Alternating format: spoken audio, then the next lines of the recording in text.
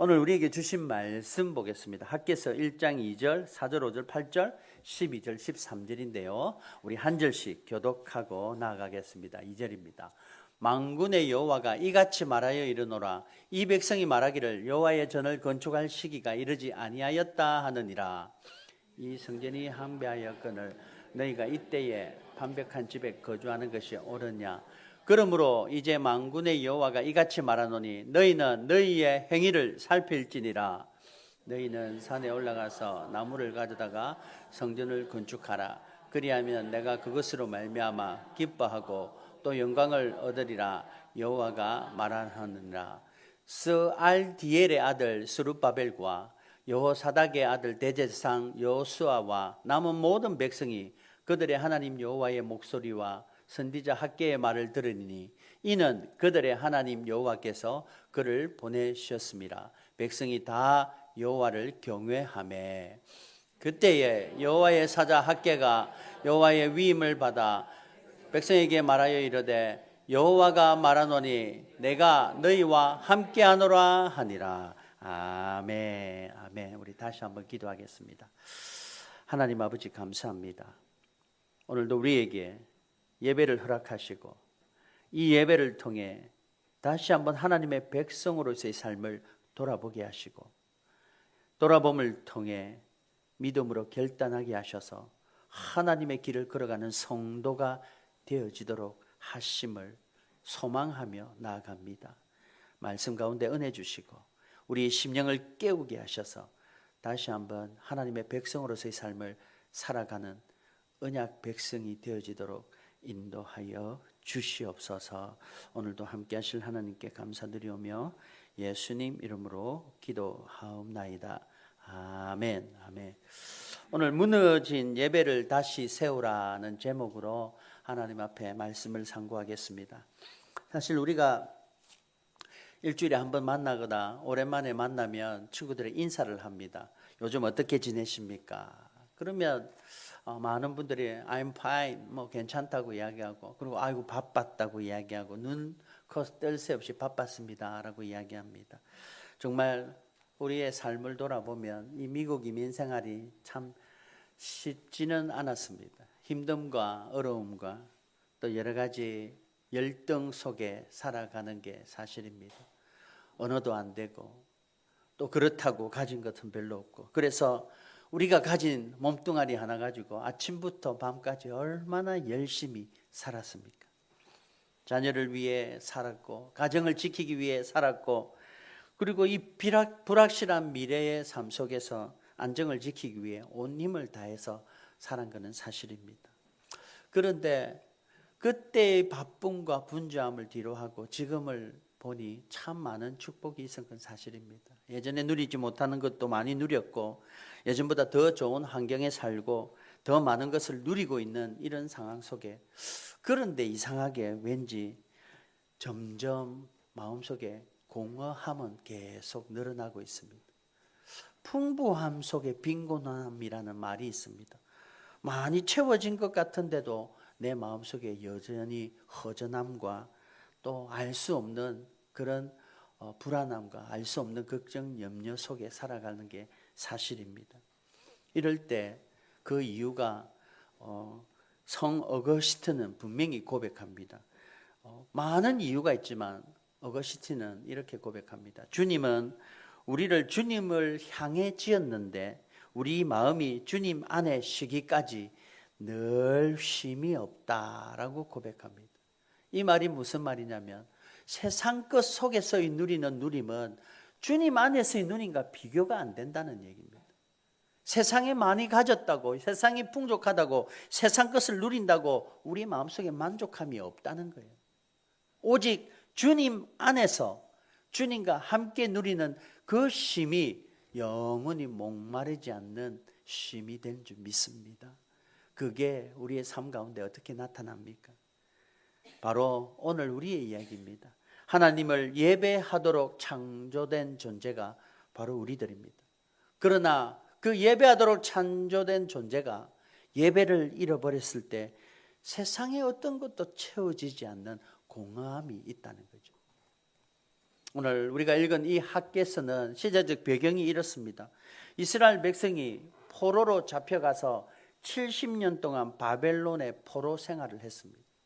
그런데 하나님께서는 포로로 보내면서 이렇게 이야기합니다. 내가 70년 뒤에 너희들을 회복시켜 포로로 돌아오게 귀환하도록 하겠다.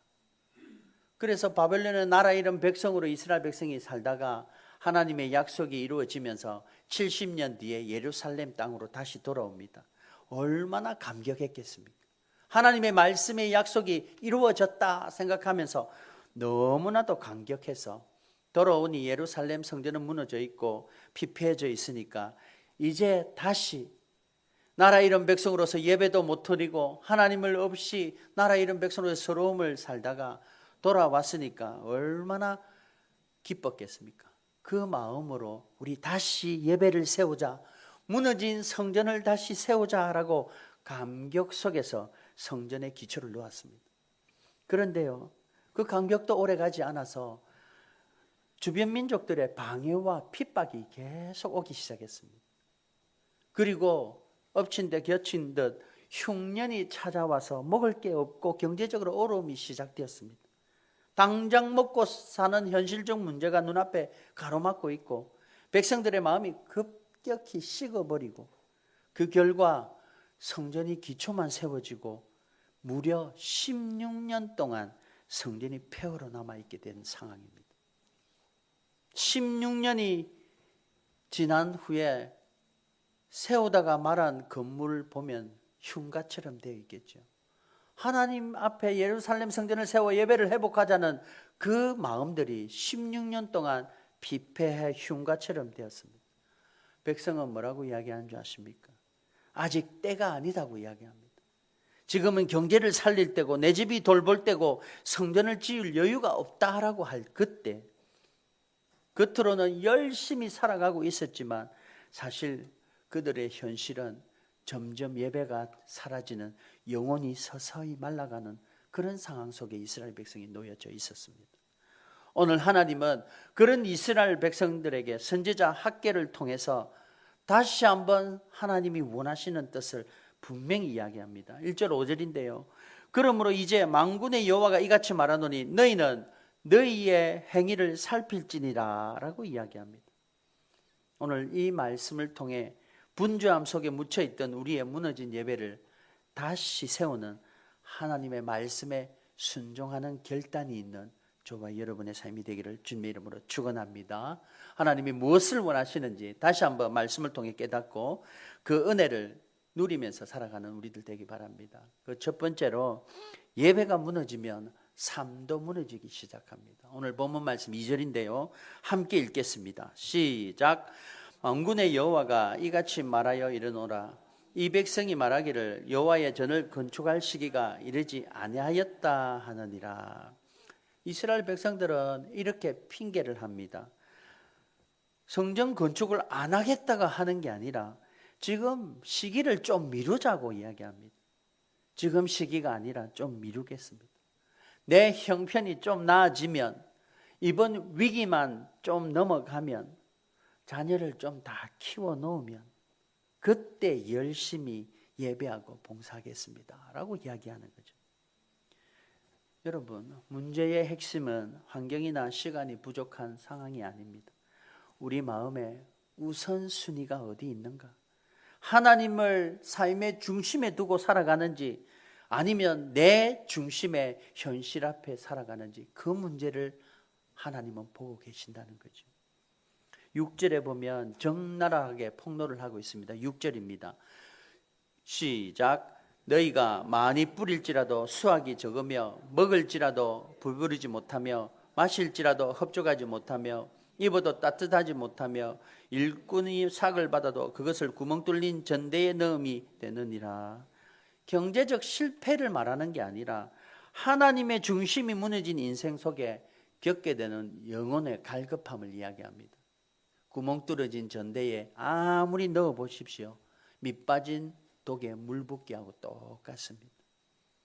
열심히 살아가고 바쁘게 살아가지만 우리 마음속에 허전함과 먹고 마시고 충족하면 될 줄 아는데 그 허전함, 허기는 어느 누구도 차려지지 않고 채워지지 않는 것입니다. 왜 그렇습니까? 영적 공급하는 예배가 무너졌기 때문입니다.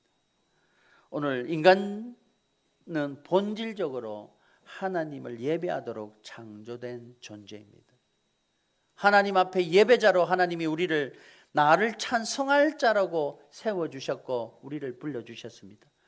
그런 우리들에게 예배가 무너진다면 우리의 삶은 피폐할 수밖에 없습니다. 물고기가 물을 떠나 살 수 없고 나무들이 땅에 뿌리를 내리지 않으면 살 수 없듯이 우리 사람은 하나님의 백성들은 하나님을 예배하는 그 예배의 자리에 있지 않는다면 참 만족을 누릴 수 없고 밑빠진 독에 물 붓기라는 것을 이야기합니다. 오늘 저와 여러분의 삶이 다시 한번 예배의 삶으로 회복되어지기를 주님의 이름으로 축원합니다. 그 예배를 통해 다시 한번 하나님이 주시는 축복을 누리며 기쁨으로 살기 바랍니다. 성경에 탕자 비유가 있습니다. 아버지 바운더리 안에 살다가 아버지에게 주는 재산을 받고 자기 마음대로 한번 살고 싶었던 아들이었습니다. 그래서 그게 자유인 것 같고 그게 행복인 줄 알고 아버지 집을 떠나지 않습니까? 그런데 세상은 혹독합니다. 돈과 명예가 딱 무너지는 순간 거지가 되어버렸습니다. 그때 아들은 아버지 집에 있으면 이 정도는 아닐 텐데 아버지 집을 그리워합니다. 사실 아버지 입장에서는 배은망덕한 아들입니다. 살아 생전 계시는 부모님에게 돌아가신 후에 물려줄 재산, 유산을 달라고 하는 것은 왜 빨리 안 죽고 저래 살아있나라고 이야기하는 거죠. 그런 아들이 떠나 있는데 얼마나 화가 났겠습니까? 그런데 그 아들이 돌아왔을 때 그 아버지의 마음은 이렇습니다. 그가 아버지께 돌아가니 아버지가 그를 보고 척연히 여겨 달려가 목을 안고 입을 맞추니라. 아버지는요, 그 아들이 배은망덕하게 유산을 달라 해서 갔을 때에도 여전히 사랑하는 아들이었습니다. 고집이 있어 지 마음대로 살려고 아무것도 모르면서 갔지만 다시 돌아오고자 하는 그 마음을 알았을 때는 척연이어서 달려가 목을 안고 입 맞추는 아버지의 모습이 바로 우리 하나님의 아버지인 줄 믿습니다. 우리가 무너진 예배를 깨달았다면 이 예배의 자리에서 다시 한번 하나님께 돌아와 예배 자리로 돌아와 예배를 드리는 그 예배자를 하나님은 기뻐 받으셔서 안고 입 맞추고 함께 하실 줄 믿습니다. 오늘 다시 한번 우리의 삶을 돌아보고 끊임없이 우리 삶 가운데 예배의 자리에서 하나님과 함께 누리는 그 기쁨과 즐거움을 누리며 살아가는 예배자 되기를 주님의 이름으로 축원합니다. 예배드리는 자만이 하나님을 함께 누린 그 기쁨을 경험하게 될 것입니다. 솔로몬이 그렇게 고백합니다. 솔로몬은 세상의 지혜와 부귀영화를 다 가진 사람이었습니다. 그런데요, 그가 그 다 가진 후에 깨달은 게 있습니다. 그게 뭐냐면 전도서 2장 11절인데요. 함께 읽습니다. 시작. 그 후에 내가 내 손으로 한 모든 일과 내가 수고한 모든 것을 돌아보니 다 헛되어 바람을 잡는 것이며 해 아래서 무익한 것이로다. 하나님을 떠난 세상의 것은 다 헛된 것임을 고백하고 있습니다. 오늘 무너진 예배의 자리를 다시 한번 세워가서 예배가 회복되면 우리의 삶도 하나님으로 말미암아 회복된다는 것을 기억하시고 다시 한번 우리의 삶의 예배를 회복하여 이 땅에서 삶을 하나님과 함께 누리는 은혜가 있기를 주님의 이름으로 축원합니다. 두 번째로 하나님은 우리의 우선순위가 회복되기를 원하십니다. 오늘 본문 말씀 4절 5절인데요. 함께 읽겠습니다. 시작. 이 성전이 황폐하였거늘 너희가 이때에 판벽한 집에 거주하는 것이 옳으냐? 그러므로 이제 만군의 여호와가 이같이 말하노니 너희는 너희의 행위를 살필지니라. 아멘. 오늘 성전이 황폐했는데 이때에 판벽한 집에 거주하는 게 옳으냐? 저 판벽한 집이 뭐냐면 최고급 목재로 화려하게 인테리어 된 집을 이야기합니다. 백성들은 성전이 기초만 세워지고 16년 동안 피폐해진 성전, 잡초만 무성하고 버려진 성전을 보고 자신들의 집은 세상의 화려함과 좋은 것으로 꾸미며 살고 있는 모습입니다. 이 모습은 하나님이 우리가 좋은 집에 사는 걸, 물질적 풍요를 누리는 걸 싫어한다는 게 아닙니다. 하나님이 보시는 것은 마음의 중심을 보고 계십니다. 너희는 성전이 무너진 것에 아픔도 없고 관심도 없고 너희 육신의 만족만을 구하며 그토록 열심히 살아온 인생을 보고 영적 우선순위가 어디에 있냐는 것을 묻고 있는 것입니다. 하나님의 축복은 이 세상의 풍요로움으로 우리에게 주신 축복입니다.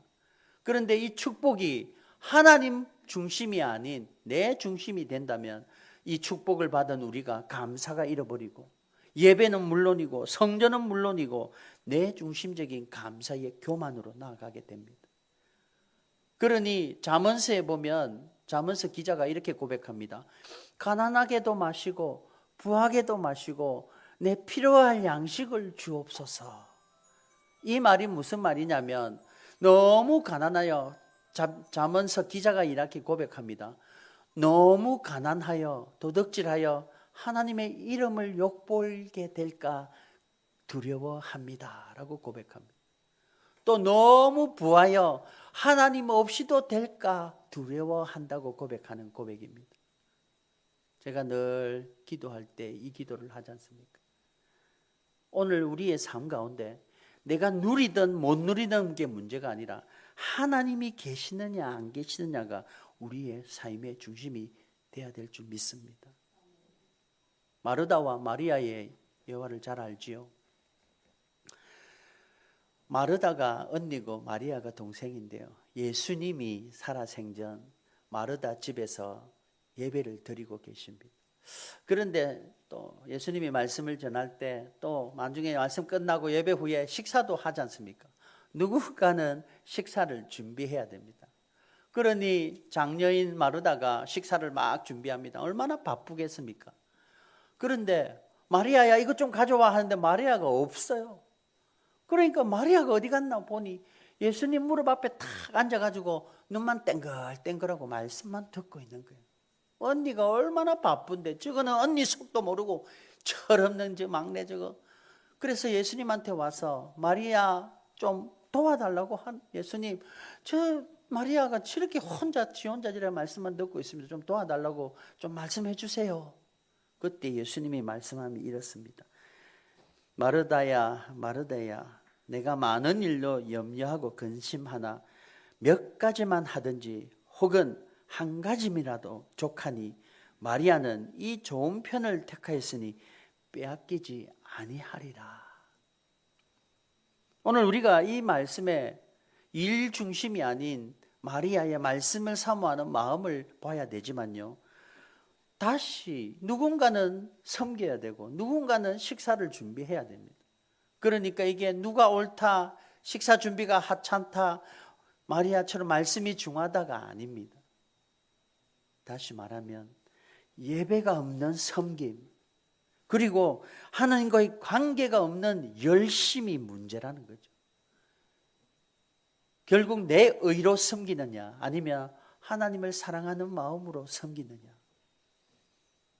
예배가 없는 섬김, 하나님과의 관계가 없는 열심은 스스로를 지치게 하고 스스로를 시험에 들게 하고 더 공동체의 불평, 불만이 나타나게 됩니다. 오늘 하나님은 그 악순환을 끊으라고 이야기하시면서 오늘 8절 말씀인데요. 그런 악순환을 끊기 위해 8절에 이렇게 말씀하십니다. 함께 읽겠습니다. 시작. 너희는 산에 올라가서 나무를 가져다가 성전을 건축하라. 그리하면 내가 그것으로 말미암아 기뻐하고 또 영광을 얻으리라. 여호와가 말하였느니라. 하나님의 백성에게 하나님은 대단한 걸, 화려한 대릭석을 100향목을 가져와서 성전을 건축해라가 아닙니다. 그냥 주변에 있는 산에 올라간 나무를 가져와서 성전을 지으라고 합니다. 저 말이 무슨 말이냐면 이것은 지금 당장 네가 할 수 있는 작은 순종부터 시작해라는 뜻입니다. 오늘 우리가 뭔가 대단한 걸 이루려고 하는 게 아니라 내가 서 있는 이 자리에서 내가 할 수 있는 지극히 작은 것으로 순종하는 그 순종을 하나님이 사용하셔서 놀라운 하나님의 능력으로 더딥혀 주실 줄 믿습니다. 오병이어의 기적가 바로 그거 아닙니까? 물고기 2마리와 보리떡 5개로 5,000명을 먹인 사건이 오병이어의 기적입니다. 그런데 어린 아이가 가져온 그 도시락 하나는 아이가 먹어도 배가 곧 부를지 말지 하는 조그만 거였습니다. 그러나 하나님은 그 조그만 희생과 순종을 통해 5,000명, 남자만 5,000명이니 여자까지 10,000명, 그 가정마다 아이들이 하나 둘 있으면 15,000명, 20,000명이 넘는 사람을 먹였습니다. 오늘 우리의 작은 순종, 우리가 드리는 작은 예배의 첫걸음이 하나님의 오병이어의 기적처럼 기적이 나타나게 될 줄 믿습니다. 오늘 이 말씀을 통해 무너진 나의 기도의 자리, 방치됐던 말씀의 자리, 그리고 소홀히 했던 예배의 자리에서 다시 한번 나의 자그마한 순종을 통해 하나님의 놀라운 은혜가 경험되어지는 귀한 시간 되기를 주님의 이름으로 축원합니다. 하나님은 우리의 삶 가운데 먼저 그의 나라와 그의 의를 구하라. 그리하면 이 모든 것을 너에게 더하시리라고 약속하셨습니다. 바로 우선순위가 어디에 먼저 있느냐는 겁니다. 하나님 것을 구하고 하나님의 나라와 그 의를 구하는 자에게 이 세상의 풍성함을 주시는 모든 형통함을 더하게 하시는 은혜가 있다는 거죠. 우리가 믿음의 눈을 들어 이것을 바라본다면 하나님 먼저 찾고 구하는 그런 믿음의 결단이 되기를 주님의 이름으로 축원합니다. 그리고 이런 예배가 회복될 때 하나님께서는 이런 하나님의 축복을 주십니다. 오늘 본문 12절인데요. 하나님께서 이스라엘 백성에게 이렇게 말씀하셨고 이스라엘 백성이 이 말씀을 듣고 반응을 이렇게 했습니다. 12절인데요. 함께 읽습니다. 시작. 모든 백성이 그들의 하나님 여호와의 목소리와 선지자 학개의 말씀을 청종하였으니 이는 그들의 하나님 여호와께서 그를 보내셨습니다. 백성이 다 여호와를 경외하며. 학개 선지자를 통해 하나님이 이렇게 예배를 회복하기 원하고 산에 올라가 작은 것부터 순종하여 회복되기를 원하고 예배의 삶을 회복되기를 원하시고 우선순위를 하나님께 두라고 하셨는데 이스라엘 백성이 그 말씀을 듣고 다 여호와 앞에 경외하였습니다. 그리고는 13절에 하나님이 그 경외하는 마음을 보시고 13절에 이렇게 말씀하십니다. 함께 읽겠습니다. 시작. 그때에 여호와의 사자 학개가 여호와의 위임을 받아 백성에게 말하여 이르되 내가 너희와 함께 하노라. 아멘. 성전을 완성한 것도 아닙니다. 화려하게 짓고 하나님 앞에 나온 게 아니라 마음이 두려워 하나님을 경외하며 내가 이 말씀에 순종해야지, 예배의 자리를 회복해야지 하고 한 걸음 뛰으려고 산에 올라가 순종하고 나무 가지를 주우려고 하는 그 마음을 보시고 하나님은 그때에 내가 너희와 함께 하노라 라고 약속하셨습니다. 건물을 세우는 게 목적이 아닌 거 우리 아시겠지요? 건축을 하는 게 목적이 아니라 그 건축 과정 가운데 하나님의 마음을 알고 하나님과 함께 나아가는 걸음걸이를 하나님은 원하고 계시다는 걸 여러분 기억하십시오. 내가 뭔가 이루어서 드리는 게 아니라 없고 힘들고 어려운 가운데 마음을 하나님께 드리는 그 드리는 마음을 하나님은 기뻐 받으셔서 하나님이 함께 하시라 약속하고 계신 것입니다. 오늘 이 말씀을 가슴에 새기시길 바랍니다. 교회가 세워지기 위해 뭔가를 화려하기 위해 이루고 나서 하나님께 영광 돌리는 게 아니라 이제 시작하고자 마음을 먹고 결단하고 한 걸음 내딛는 그 걸음을 보시고 그때에 여호와께서 내가 너희와 함께 하노라라고 약속하셨습니다. 오늘 이 약속의 말씀 가지고 주님 앞에 한 걸음 결단하며 나아오는 믿음이 저와 여러분에게 임하기를 주님의 이름으로 축복합니다. 다시 예배자를 지키며 다시 결단하며 눈물로 기도하고 눈물로 예배를 드리는 그 예배 가운데 하나님이 함께 하심을 경험하는 우리들이 되어야 될 줄 믿습니다. 사도행전 2장에 보면 제자들이 다락방에서 기도하며 예배하며 금식하며 전념했습니다. 그때 성령의 불이 임했습니다. 예배와 기도의 자리에서 회복하는 하나님의 은혜가 있었던 거죠. 오늘 학개서 1장 13절에 내가 너희와 함께 하노라 라는 이 말씀, 이 짧은 한 문장이 얼마나 강력한 말씀인 줄 아십니까? 하나님이 함께하면 불가능해 한 것이 가능해질 것입니다. 하나님이 함께 하시면 무너진 가정도 회복될 줄 믿습니다. 하나님이 함께 하시면 병든 심령도 치유될 줄 믿습니다. 하나님이 함께 하시면 우리의 모든 어려움과 걱정과 염려도 회복될 줄 믿습니다. 오늘 이 하나님의 함께 하심을 누리면서 살아가는 예배자 되기를 주님의 이름으로 축원합니다. 말씀을 맺겠습니다. 너희는 너희 행위를 살피지니라. 삶의 중심에 무엇이 자리 잡고 있습니까? 또 가장 가치 있는 것이 무엇입니까? 오늘 하나님께서는 예배 자리를 지키고 예배를 세우며 하나님과 함께하는 걸 누리는 그런 성도의 소망을 우리에게 이 말씀을 통해 주셨습니다. 오늘 다시 한번 이 말씀 가지고 하나님 앞에 나오는 은혜가 있기를 주님의 이름으로 축원합니다. 찰스 스펄전 제가 참 인용을 많이 하는데요. 제가 이분을 참 존경합니다. 이분의 책을 보면 참 은혜로운 말씀이 많습니다. 이분이 이렇게 이야기했습니다.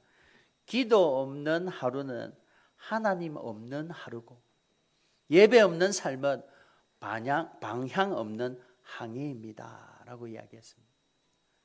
기도하면서 하나님과 동행하는 삶을 하루 시작하고 예배를 통해 내가 어디로 갈지 알고 삶의 목적을 두고 살아가는 그런 인생의 항해를 걸어가야 되는데 예배 없이 기도 없이 사는 것은 방랑자일 뿐입니다. 오늘 다시 한번 예배가 살아나고 우선순위가 바뀌어 예배가 회복되어진다면 하나님께서는 우리의 무너진 삶 가운데 함께 하셔서 우리의 삶을 이끌어 가실 줄 믿습니다. 이 믿음 가지고 다시 한번 주님 함께하는 우리의 삶이 되도록 다시 예배 자리요 기도의 자리에서 무너진 삶의 자리에서 다시 한번 회복되어지는 하나님 중심의 삶으로 회복되어지는 우리들의 삶이 되기를 주님의 이름으로 축원합니다.